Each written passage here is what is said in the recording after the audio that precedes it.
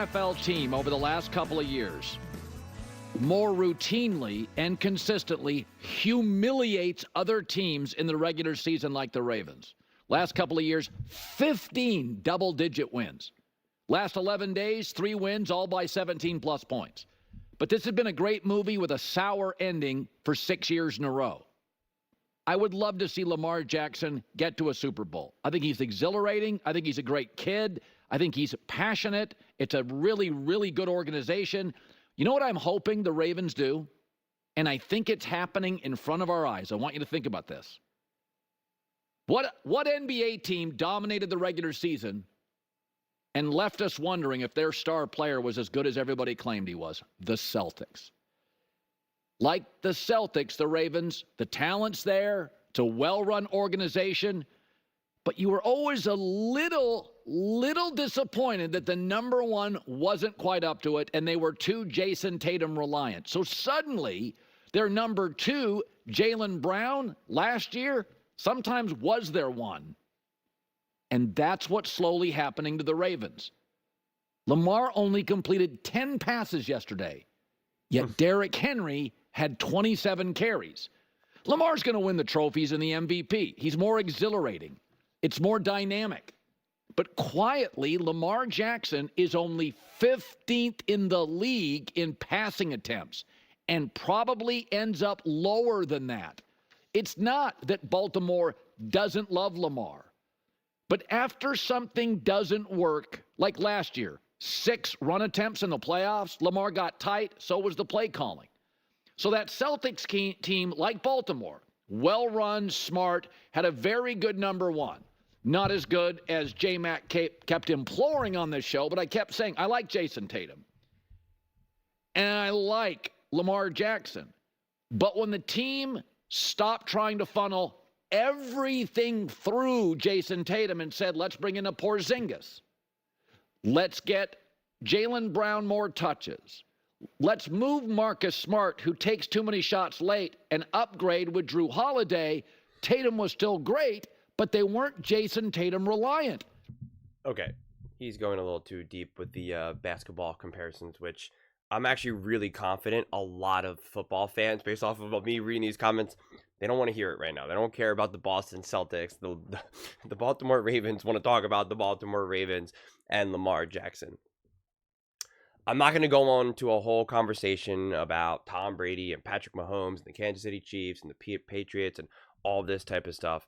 But this is the fundamental issue with making the GOAT conversation so heavily on the quarterback and giving the rings, all of the rings on the quarterback. What I mean to say is the problem is of giving rings, of making like the singular how many rings do you have the most important aspect of what makes the GOAT is why we now, a quarterback who we like, we just funnel all of that energy, attention onto them. And it is true that it's Tom Brady and Patrick Mahomes have won a lot of rings, and it was not majority of them. If you really want to be honest with it, if you really want to break it down, they're probably not even responsible for 50% of it.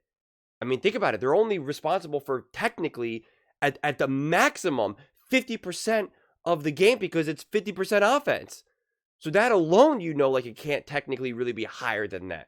Now you have to add in the O-line, the running game, the play calling, like who are you playing against? Like, so it can't even be 50%, yet it feels like we live in a world where we believe quarterbacks make up like 70%, 80% of who wins and who loses. That it all comes down to who's better than the quarterback. Now, the quarterback obviously has the most amount of influence, but it does not mean majority. You can have most, you can be the most responsible relative to your team, and technically it can only be like 20%. Everywhere else is just distributed 5% here, 3% there, 2% there, 1% there. And so it is pretty fascinating when you kind of look at it like that. And because of some of those reasons, all of that blame for why Lamar has not won, because even look at it like this.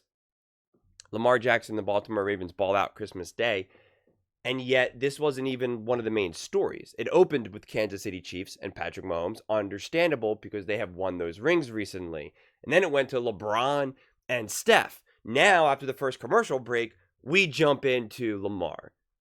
And the truth is, if Lamar had a couple other rings, then they would be opening the show with Lamar. So we know winning Super Bowls is king. And we know winning Super Bowls for quarterbacks is king.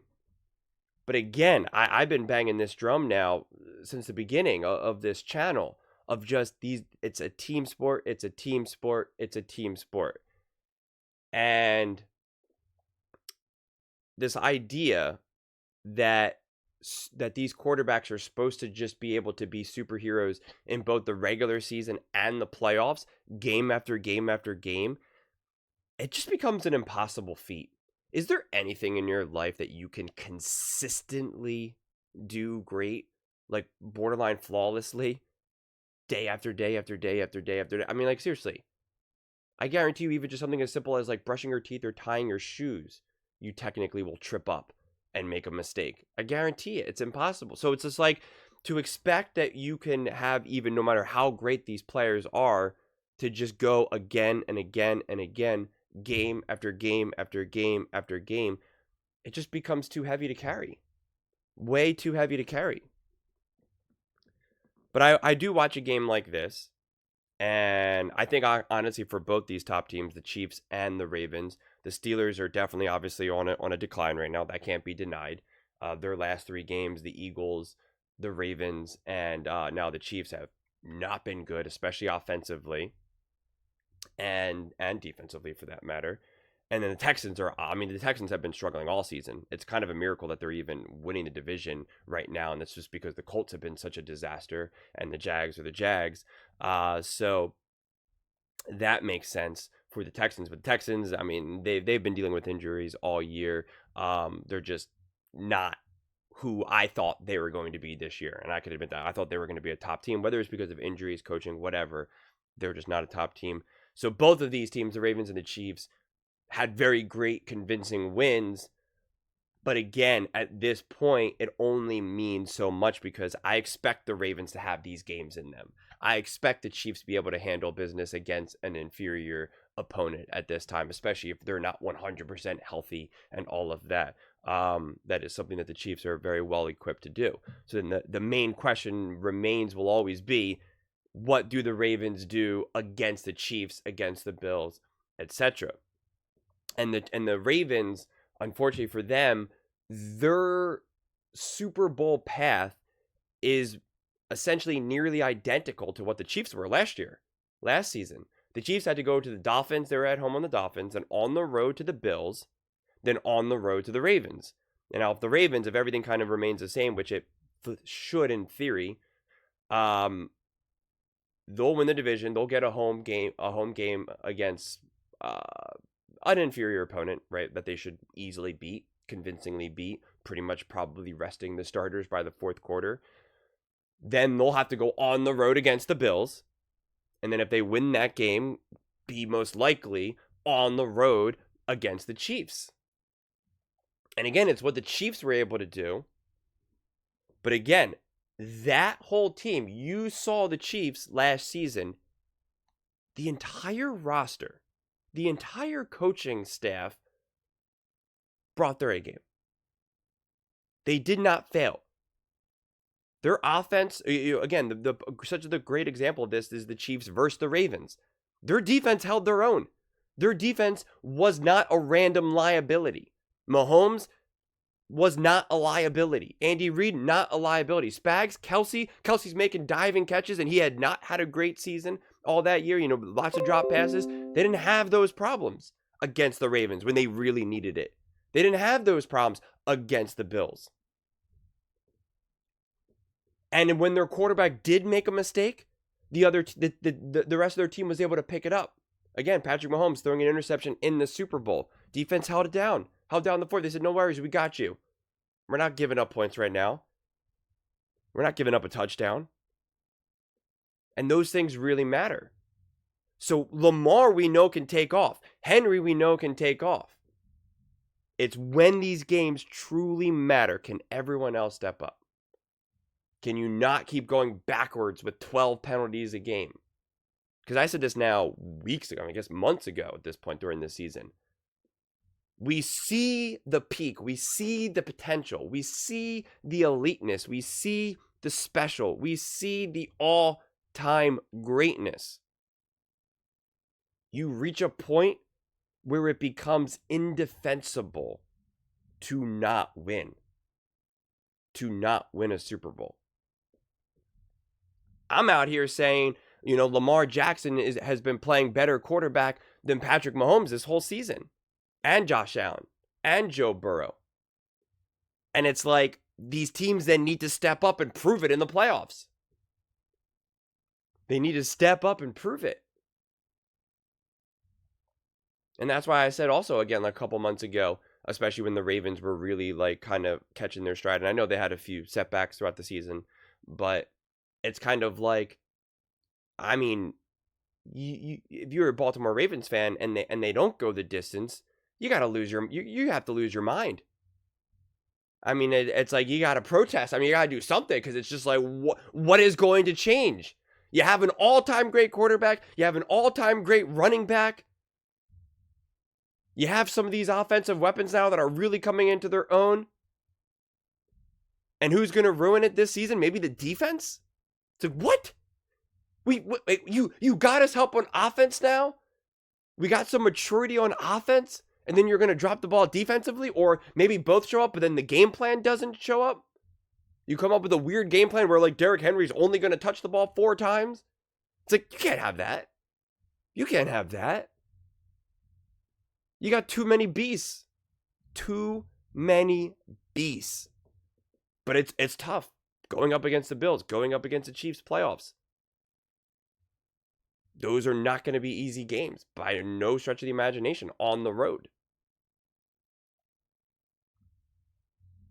But again, we saw the Kansas City Chiefs be able to do it, but they played complete and near flawless football. It wasn't just the magical heroics of Patrick Mahomes. He beat the Ravens 17-10. That's hardly the heroics of Patrick Mahomes. He made a beautiful throw to ice the game, but the defense held them to 10 points. The Ravens to 10 points. Those things all add up. Those things all definitely add up. So every time I see a game like this from the Ravens, again, I always try to put everything always in context. I try not to get too high or too low, especially when, I also try to judge how I feel about the opponent and what they're doing. And it is interesting when you look at this and say, the Ravens beat the Texans way more dominantly than the Chiefs beat the Texans. And it's like, again, that doesn't necessarily automatically mean, well, see, that means you're better than the Chiefs. But it does show the potential. It does show the potential.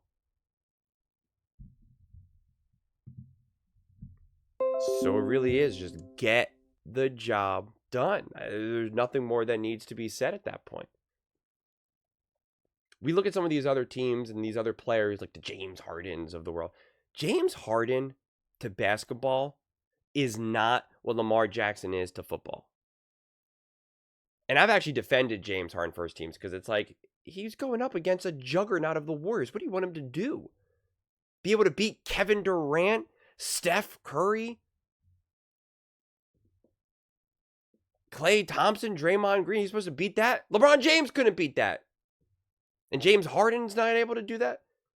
But Lamar Jackson right now is essentially like if Kobe didn't win a ring. If Shaq didn't win a ring. If Steph Curry didn't win a ring. That's what it's like. It's not like it's Damian Lillard, Charles Barkley. No. We're talking about like levels of greatness. Levels of greatness. And unfortunately, when you don't have a ring and you are this great for this long, because he's been doing it from the jump, that is where the mind goes. It has to. It has to. Because like I said, what's at stake right now? He wins a ring. He enters the GOAT conversation. I'm going to talk about that. Wins this ring this year, he's going to be potentially a 3-time MVP, obviously 2-time MVP at a minimum, and a Super Bowl winner. And then boom, he automatically enters the GOAT status. I think he'd have to win another ring or so to like really kind of do that. But it's just like you would have way more people. I think almost nearly majority, 50 or so plus percent would say Lamar Jackson is better than Patrick Mahomes.